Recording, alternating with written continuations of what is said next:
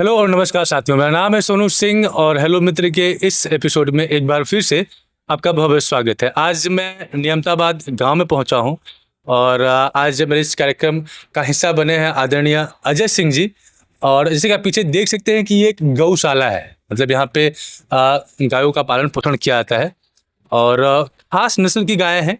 और जैसा कि भारत के बारे में बताया था, कृषि प्रधान देश है और आज भी अगर भारत की इकोनॉमी देखा जाए तो उसमें एग्रीकल्चर का एक बहुत बड़ा रोल होता है। लेकिन एग्रीकल्चर सिर्फ खेती से नहीं बल्कि इन गायों से, इन पशुओं से भी बनता है और गाय हमारे लिए बड़ी ही पूजनीय होती है। तो आप एक बड़े ही नोबल बिजनेस में हैं, बड़े ही सही बिजनेस में है और ख़ास तौर से अगर ये जो फॉर्मूला वर्क करता है कि आप गाय भी पाल लेते हैं, खेती भी करते हैं, तो आपका ये इनकम भी बढ़ाएगा। तो बहुत बहुत स्वागत है आपका हमारे इस शो में। धन्यवाद। सबसे पहले तो मैं ये जानना चाहूँगा कि इन गायों के नस्ल के बारे में कुछ बताइए आप। नस्ल के विषय में बात करने से पहले सोनू जी और हेलो मित्र, जो ये इलेक्ट्रॉनिक्स मीडिया का जो ये चैनल है या एक मंच है, जो यहाँ आप चल के हमारे गांव नियमताबाद और गौशाला पर आए, इसके लिए बहुत बहुत आपका धन्यवाद और आभार, साथ में साधुवाद। जैसा आपने कहा कि ये गाय की नस्ल, तो नस्ल की जहाँ तक बात है कि भारत की जो संस्कृति है उसमें जो मूल भारत की देशज नस्ल की गाय हैं, जिसे देसी गाय हम लोग कहते हैं, बाजार में आप कहते हैं देसी गाय का दूध है, तो 6 से 7 प्रकार के देसी गाय हैं, जैसे कि थार पारकर, गंगा तीर, गीर, काठियावाड़, ऐसे साहिवाल, ऐसे ऐसे करके 4, 5, 6 जो है मूल देसी नस्ल की गाय हैं। तो आपके सम्मुख या इस जिस गौशाला में आए हैं, यहाँ गिर गाय की नस्ल है। इसका उद्गम स्थल आपको बता दें, काठियावाड़ यानी गुजरात जो प्रांत है, वहाँ पर सोमनाथ गिर एक जनपद है, उसके आसपास भावनगर, जामनगर, तो ये उनका उद्गम स्थल है, जिसे हम आप कह सकते हैं बाबा नंद यानी कृष्ण भगवान द्वारकापुरी, ये एरिया जो है वो गिर का है। ये वहीं से इनका उद्गम स्थल, वहीं से ये गौ माता इस गांव में, इस उत्तर प्रदेश के इस चंदौली जिले के नियमताबाद गांव में ये आई हैं, जिस गौशाला में आप आए हैं। जैसे अगर दूध का जो प्रोडक्शन होता है तो ये बहुत कम दूध देती हैं। आजकल का समय है, चाहे वो आप कृषि की बात कर ले, चाहे आप पशुपालन की बात कर लें, लोग ज़्यादा प्रोडक्शन करना चाहते हैं और इसी कारण खेतों में अगर कृषि में बात करें तो रासायनिक खाद आया, लेकिन उसका परिणाम आज लोग भुगत रहे हैं। देसी गायों में सॉरी जर्सी जो गाय होती हैं, जो विदेशी नस्ल की गाय होती हैं, वो 30-30 लीटर दूध देती हैं। तो ये किसान सोचता है कि यार ऐसी गाय लेके आओ कि मतलब साल 2 साल में माला माल हो जाए, मतलब बहुत ज़्यादा दूध बेचेंगे।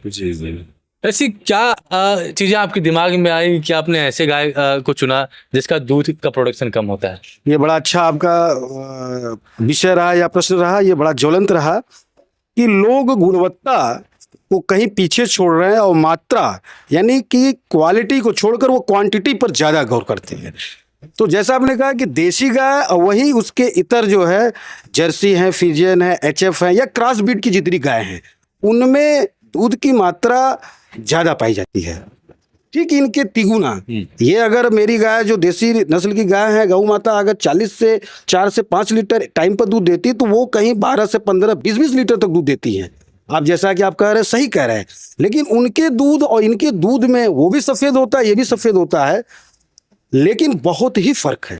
एक तरह से हम कहें ज़मीन आसमान का फ़र्क है, ज़मीन आसमान की। इसमें अगर साइंटिफिक वैज्ञानिक दृष्टि से देखा जाए, वैज्ञानिकों ने भी कहा है कि दूध में जो एक विशेष प्रकार की प्रोटीन पाई जाती है, A1 बीटा कैसीन और A2 बीटा कैसीन, यानी A1 और A2 2 टाइप के मिल्क मिलते हैं। वो A2 मिल्क जो होता है वो देसी गाय देती है, जो आप देख रहे हैं ये A2। तो ये जो मिल्क होता है, इसमें जो प्रोटीन्स होते हैं, इसमें जो भी खनिज तत्व होते हैं, वो बहुत ही सुपाच्य और वो शरीर के लिए हर दृष्टि से लाभकारी होती है। तो ज़रूर हम कहते हैं कि मात्रा की दृष्टि से ये कम है, लेकिन गुणवत्ता की दृष्टि से ये बहुत अच्छा दूध है। इसे हम कह सकते हैं दूध ही नहीं, अमृत कहते हैं इसे। तो अमृत की मात्रा जाहिर सी बात है कि कम होता है, लेकिन वो शरीर के लिए, स्वास्थ्य के लिए, समाज के लिए, राष्ट्र के लिए, हर दृष्टि से ये गौ माता, इनका आप गोबर ले लीजिए, इनका आप मूत्र ले लीजिए, इनके कोई भी उत्पाद, इनके रोए रोए में कहा जाता है कि 33 करोड़ देवताओं का वास होता है। वो देसी गाय, वो देश जो बैठे जिस गौशाला में, जो गिर गाय है, यहाँ से हम लगभग 2000 किलोमीटर से इनको लाए हैं, गुजरात प्रांत से लाए हैं। तो ऐसे गौओं में जो है रोम रोम में देवता वास करते हैं। तो इनका चाहे मूत्र हो, चाहे गोबर हो, चाहे आप दूध की बात करें, चाहे घी की बात करें, चाहे पनीर की बात करें, चाहे मक्खन की बात करें, सब कुछ जो है सौर गुणों संपन्न होता है। तो मात्रा कम जरूर होती है, लेकिन गुणवत्ता बहुत ज़्यादा है, पोषण क्षमता बहुत ज़्यादा है। तो ये गाय सबसे खासकर देसी गाय कोई भी ले लीजिए, मैं नहीं कह रहा हूँ गिर, साहिवाल हो, गंगातीर हो, काठियावाड़ हो, काकरापार, जो भी हो, सिंधी हो, ये जो देसी नस्ल की गाय हैं, उनकी यही विशेषता है कि उनके जो भी उत्पाद होते हैं वो गुणवत्ता युक्त होते हैं। मतलब अगर दूध की बात करें तो न्यूट्रिशन में बहुत बड़ा अंतर है। तो सफेद कलर तो दोनों का है, जी। लेकिन कह सकते हैं कि अगर एक सफेद पानी है, हाँ, दूसरा सफेद दूध है। हाँ, निश्चित, एकदम। उसमें आप इतने हानिकारक आ रहे हैं। आप देख रहे हैं कि लोग कहते हैं कि छोटे छोटे बच्चों को कैंसर हो रहे हैं। सामान्यतः एक समाज में चला है, जो कि आप जैसा देखेंगे कि बहुत शरीर से देखने में युवा है, हिस्ट पुष्ट है, वो बड़े खान पान पर बहुत ध्यान रखते हैं, ठीक है, वो जिम तक जा रहे हैं, वो कर भी रहे हैं, एकाएक उनको सड़क पर चलते हार्ट अटैक हो जा रहा है। ये क्या हो रहा है? ये कोलेस्ट्रॉल, बैड कोलेस्ट्रॉल। खाने को तो हम समझ रहे हैं कि नहीं, अच्छी चीज मैं ले रहा हूं, मैं पनीर ले रहा हूं, मैं दूध ले रहा हूं, मक्खन ले रहा हूं, परंतु वो जो उनके थाली में जा रहा है, जो उनके दूध में जा रहा है, वो एक तरह से जहर जा रहा है। वो समझ, दूध सफेद तो सफेद, उनको लगता है कहीं ना कहीं दाम भी सस्ता होता है। देखिए, जैसे कि मैं अपने दूध का आपको बता दूं, मैं तो सेवा भाव हूं, लेकिन हम जो भी मिलता है इस दूध से या इसके उत्पाद से, हम गौ माता की सेवा में ही समर्पित कर देते हैं। मेरा दूध जो होता है, हम कांच की बोतल में उसको पैक करके, उसको सील्ड करके 100 रुपया लीटर में देता हूँ। मेरे जो समझदार, जो जागरूक चुनिंदा कस्टमर हैं, वो खुद आग्रह करते हैं, मैं उनको देता हूँ। मैं घी भी अपना 2500 रुपया केजी देता हूँ, उनको छाछ भी देता हूँ। वहीं बाजार में जो आप सफेद दूध की बात करें, वो आराम से 40 से 45-50 रुपए लीटर मिल जाता है। तो जो सामान्य उपभोक्ता है, वो कहता है भैया मैं 50 रुपए में मिल रहा है एक लीटर, आप 100 रुपए में, 100 रुपए में मुझे 2 लीटर मिल जाएगा, मैं आपको क्यों लूँ? अब उनको ये नहीं पता कि नहीं, आप जो ले रहे हैं 50 रुपए की चीज और वो 100 रुपए का मिल रहा, उसमें गुणवत्ता का, पौष्टिकता का मतलब कितना अंतर है, ये आप नहीं समझ पा रहे हैं। और जो उपभोक्ता, जो व्यक्ति, जो नागरिक जो समझता है, वो आराम से इसको स्वीकार कहता है ये तो अमृत हमारे लिए। मैं एक दिन बैठे बैठे बड़ी पीड़ा में आ गया। पीड़ा इस बात की थी कि यार हम लोग 60 रुपया लीटर दूध का देते हैं, लेकिन जैसे मुंह में पानी लगाते हैं दूध को, तो पानी का स्वाद आता है। दूध बाद में, पहले पानी का स्वाद आता है। तो क्या ये संभव है कि मतलब हम जो पैसे दे रहे हैं उसका दूध हमें मिले? और ये जो समस्या सिर्फ मेरी नहीं है, बल्कि हर एक बाजार में रहने वाले व्यक्ति की है। तो मुझे ऐसा लग रहा है कि अगर आप शुद्ध दूध भी देते हैं तो वो भी अपने आप में एक आकर्षण का विषय होगा। लेकिन जो मार्केट में अभी आप अपने दूध के साथ पहुंचते हैं, तो क्या कभी आपको ये डाउट हुआ या ये चैलेंज मिला कि यार इतना महंगा दूध क्यों है, मतलब क्यों हम इतना महंगा दूध लें? कभी आपसे ये प्रश्न पूछा गया? नहीं, चुनौती रहा?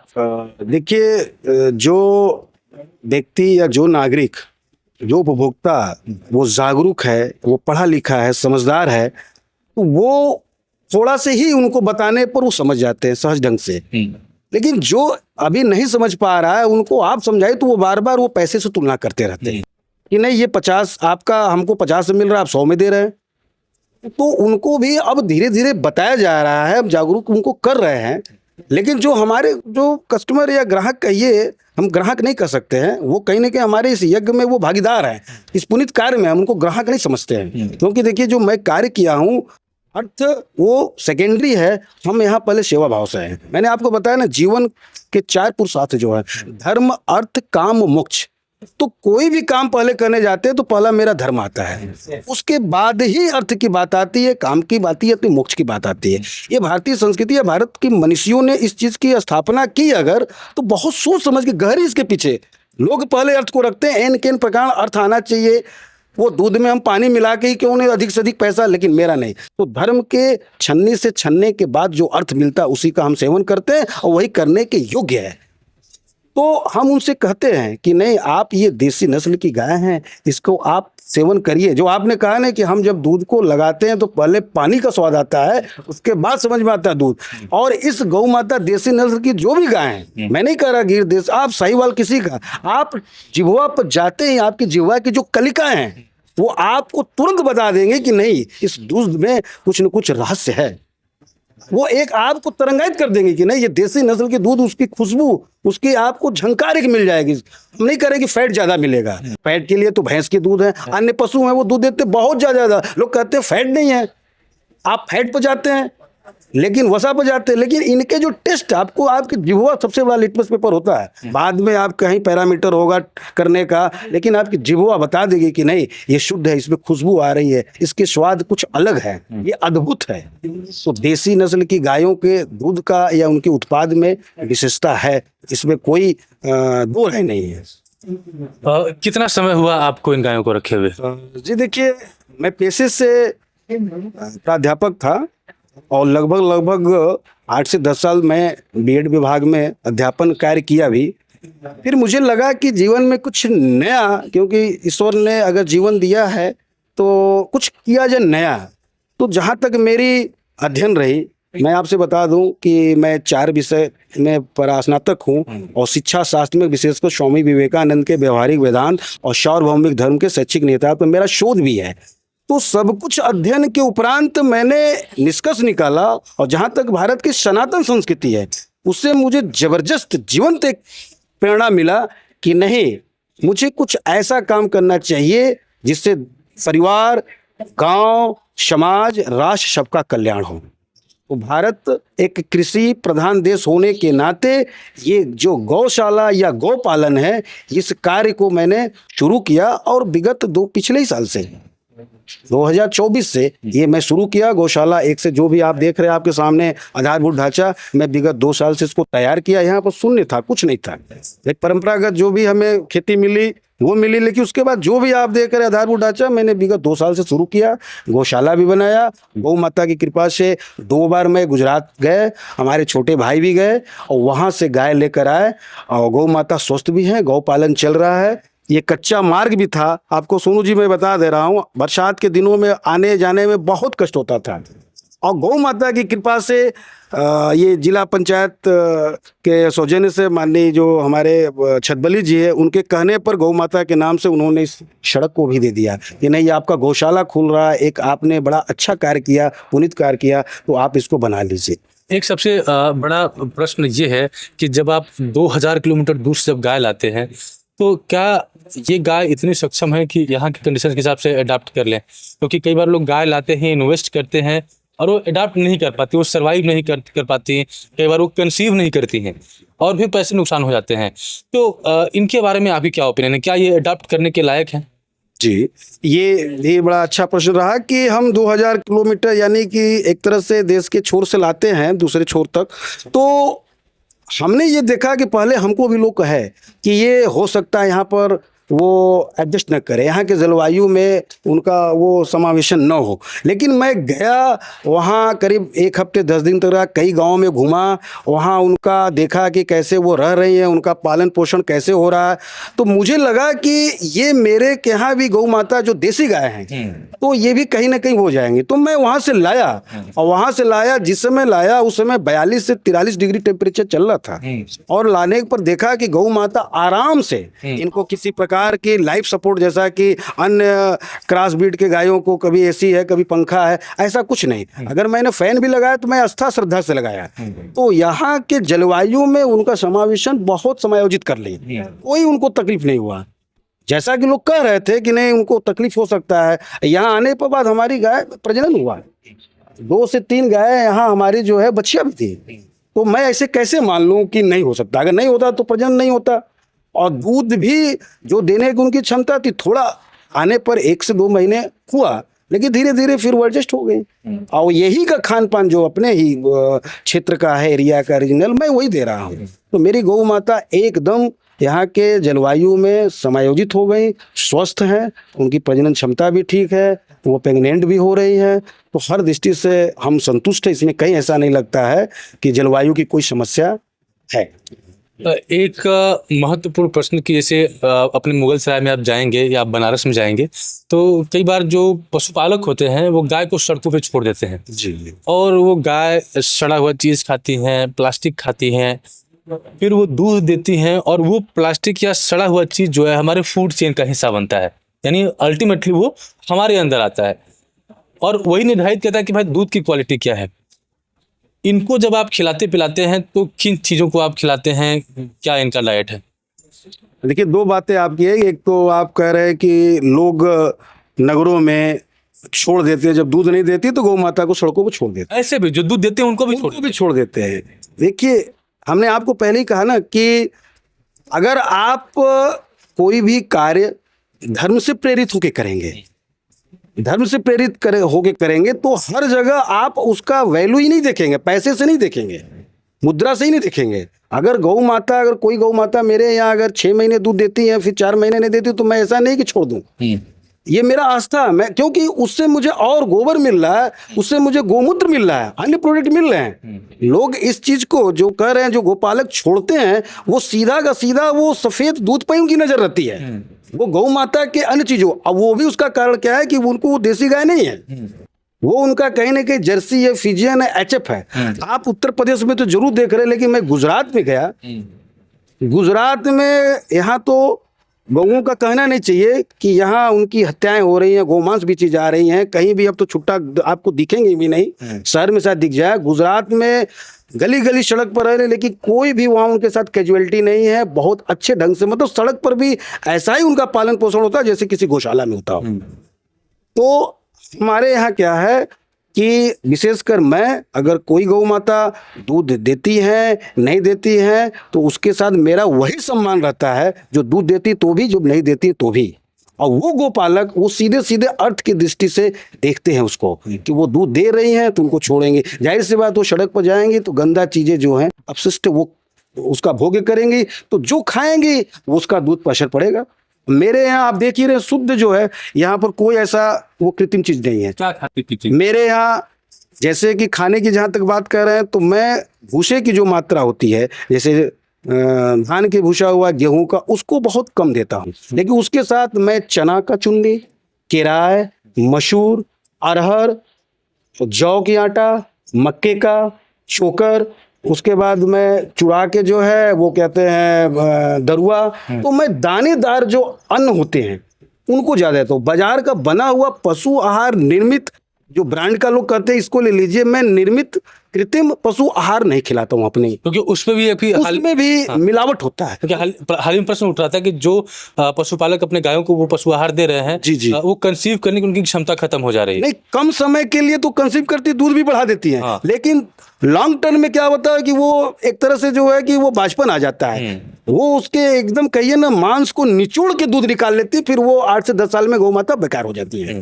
लेकिन ये जो दानेदार जो आपके अनाज है, जो हमारे आसपास ही उत्पन्न होते हैं, वो खिलाने से आपकी जो है वो बहुत दिनों तक गौ माता स्वस्थ भी रहेंगी। उनके दूध में भी वो पौष्टिकता उन अनाजों का, क्योंकि जैसा अन्न वैसा मन, वैसा ही जो है आपको तन मिलेगा। तो हम उसी प्रकार के दानेदार जो शुद्ध, मैं तो मूंग खुद लगाता हूँ, 4 से 5 बीघा मैंने मूंग लगाया। मूंग जो अपने उपभोग के बाद बचता है गौ माता को मैं चुरा के देता हूँ। मैं देखिए गुजरात से नेपियर का चरी मंगाया, उसको लगाया, अब ये 8 से 10 साल तक ये चलेगा, ये कटता रहेगा, बढ़ता रहेगा। एक बार आपने लगा दिया, एक बार हाँ ये लग गया, इसका प्लांटेशन किया, मदर मैंने वहां से प्लांट, तो सामने वही लगा। जी जी, पूरा ये लगाया 5 से 6 बिस्सा में अभी लगा। तो ये क्या है कि एक बार लगा देने के बाद आप इसको काटते रहिए, खिलाते रहिए, कम से कम 8 से 10 साल चलेगा। तो मुझे ये, जब मैंने इसको देखा कि कि इतना दूर दूर पे क्यों लगा, इसलिए कि जब ये ग्रोथ करता है, जब इसका विकास होता है तो 2.5 से 3 फीट के रेंज में ये पूरा इनका कल्ला निकल के जो है बड़ा बड़ा 7 से 8 फीट रहता है। तो ये पहली बार आपने लगाया कि इसके पहले? पहली बार, ये पहली बार मैंने, इसके पहले तो मैं जो इधर का क्षेत्रीय जो होता है, चरी है, बरसिंग है, ये लगाता था। लेकिन वो 2 से 3 कटान के बाद होता क्या था कि फिर वो खत्म हो जाता था, तो गौ माता के लिए संकट होता। तो हमने इस बार खुद हरियाणा से, वहां से कुरियर से आया, मदर प्लांट आया, उसकी वो रोपाई किया। उसके बाद फिर जो है करीब 1 से 1.5 महीने के बाद आप देख रहे हैं जो आपके सामने है, फिर इसको हमने लाकर जो है इसका किया। तो ये लगभग 1 महीने के बाद आप देखेंगे कि 5 फीट 4 फीट 5 फीट का हो जाएगा। फिर खाते रहिए, खिलाते रहिए। तो मैं जो भी अपने गौ माता को खिलाता हूँ शुद्ध देसी कोई भी कृत्रिम, मेरे आप गौशाला में देख ली, कोई भी ऐसा बोरा नहीं मिलेगा कि ये इस पराग है, ये वो है, ये कहीं नहीं मिलता है। जो किसान भाई अपने को देख रहे हैं तो उनकी बड़ी इच्छा होगी कि भाई इस गाय का जो प्रोडक्शन एक लाइफ होता है तो वो कितना है, मतलब कितने समय तक ये दूध देती रहेंगी?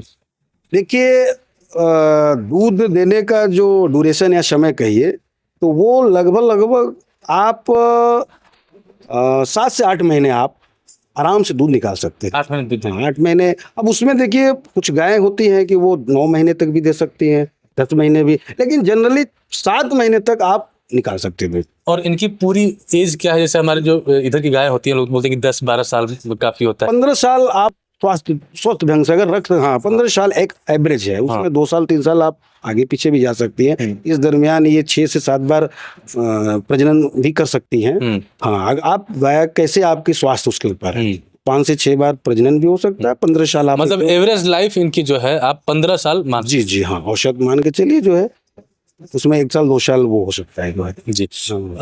जैसे कि मुझे गिर नस्ल के गाय के बारे में पता चला कि दूध बहुत ही न्यूट्रिशस होता है, और न्यूट्रिशन का एक ही पैरामीटर नहीं होता है कि उसमें फैट कितना है, उसमें और भी बहुत सारे पैरामीटर्स होते हैं। क्या मिनरल्स है, क्या उसमें विटामिन्स हैं। और जैसे कि बहुत सारे अपने जो साथी हैं जिम जाते हैं, वर्कआउट करते हैं, तो वो चिकन खाते हैं, अंडे खाते हैं, लेकिन आपको पता है कि जो चिकन का प्रोडक्शन है बहुत ही अनहाइजेनिक तरीके से होता है, इंजेक्शंस का इस्तेमाल किया जाता है। लेकिन अगर इस गाय के दूध का आप इस्तेमाल करते हैं, इस दूध से बने हुए पनीर का इस्तेमाल करते हैं, तो इस गाय का जो पालन पोषण हो रहा है वो पूरी तरह से ऑर्गेनिक तरीके से हो रहा है, नहीं किसी तरह का कोई रासायनिक चीज़ इस्तेमाल नहीं किया जा रहा है। और ऊपर से ये साइंटिफिकली प्रूवन है कि जो इंडियन नस्ल्स की जो गाय होती हैं उनका दूध न सिर्फ दूध होता है बल्कि अमृत के ही समान होता है, ये उनकी विशेषता होती है। तो आप सभी से आग्रह है कि अगर आप जो आसपास के क्षेत्र, चूँकि हम नियमताबाद में भी बैठे हुए हैं, तो मुगल सराय यहाँ से पास में पड़ता है, चंदौली यहाँ से पास में पड़ता है, बनारस यहाँ से पास में पड़ता है, तो अगर पॉसिबल हो पाए तो आप इस दूध का जो है प्रयोग अवश्य करें, और अपने स्वास्थ्य का, अपने परिवार के स्वास्थ्य का भी आप इससे बेहतर तरीके से ख्याल रख सकते हैं। दूध थोड़ा महंगा है, क्योंकि जब आप अन्य गाय का दूध लेंगे तो वो 50 रुपये या 60 रुपये के आसपास आपको मिल जाएगा। इनके दूध की कीमत मुझे लग रहा है तकरीबन 100 रुपये लीटर है। तो दूध का कॉस्ट महंगा है, लेकिन गारंटीड लाभ है, गारंटीड बेनिफिट है, तो आप भी ट्राई करें। और नीचे दिए गए नंबर के माध्यम से आप सीधे यहाँ से संपर्क कर सकते हैं, और अगर आपको आवश्यकता है तो सीधे आप यहाँ से दूध की डिलीवरी ले सकते हैं, दूध आपके घर तक भी पहुँच सकता है। इस वीडियो में हमारे साथ जुड़ने के लिए और इतनी सारी जानकारी देने के लिए आपका बहुत बहुत आभार। धन्यवाद। और जो भी दर्शक इस वीडियो के माध्यम से हमारे साथ बने रहे, आप सबका भी बहुत बहुत आभार। और जिस भी प्लेटफॉर्म पे आप वीडियो को देख रहे हैं वहाँ पे चैनल को सब्सक्राइब करें, पेज को फॉलो करें, और जन जागरूकता के लिए इस वीडियो को साझा करना ना भूलें। इस वीडियो में सिर्फ इतना ही, मिलते हैं आपसे अगले एपिसोड में, तब तक के लिए जय हिंद, जय भारत।